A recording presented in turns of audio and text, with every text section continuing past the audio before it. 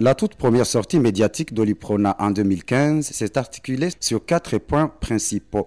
L'insécurité dans la province de Cibitoke, le rapprochement des Badasigana, le rendez-vous électoral prochain, ainsi que la gestion du patrimoine de ce parti. Le parti UPRONA, qui se dit préoccupé par les affrontements entre l'armée régulière et le groupe armé dont on ignore encore l'identité, et appelle tous les Burundais à condamner un tel agissement qui ne vise qu'à attirer les affres de la guerre.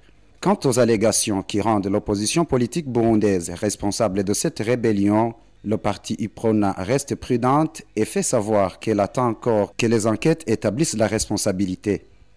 Jusqu'à présent, le parti UPRONA ne peut pas dire que tel ou tel est plongé dans cette rébellion.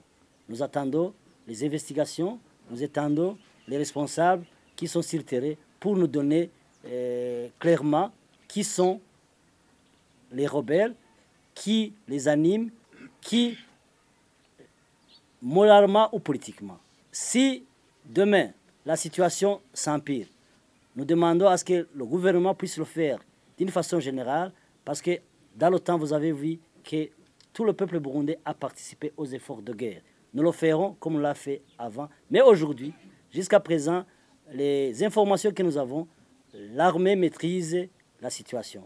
Si cela advienne, nous demandons aux autorités d'arrêter ces agissements des Imbonerakure.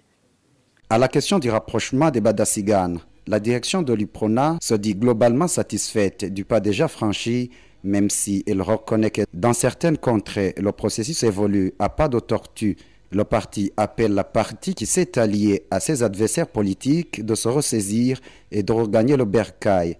L'UPRONA, ou du moins sa direction, dit aussi ne pas reconnaître le congrès qui a été tenu le 11 janvier 2014.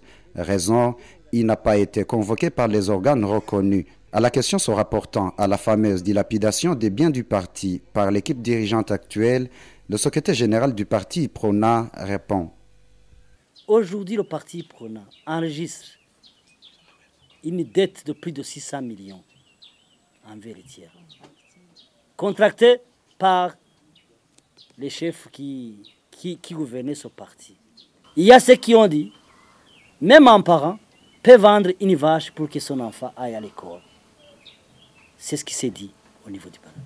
Mais au niveau de la conclusion, les membres du bureau politique ont chargé cette mission à la directoire de voir les moyens qu'il faut faire pour que le parti UPRONA puisse participer aux élections et puisse liquider progressivement les dettes que nous avons. L'UPRONA apprécie enfin positivement le processus électoral en cours, en dépit des irrégularités qui ont émaillé la première opération d'enrôlement des électeurs, mais appelle la CENI à privilégier le dialogue entre les partis concernés par les élections pour que ces élections soient équitables et acceptées par tous.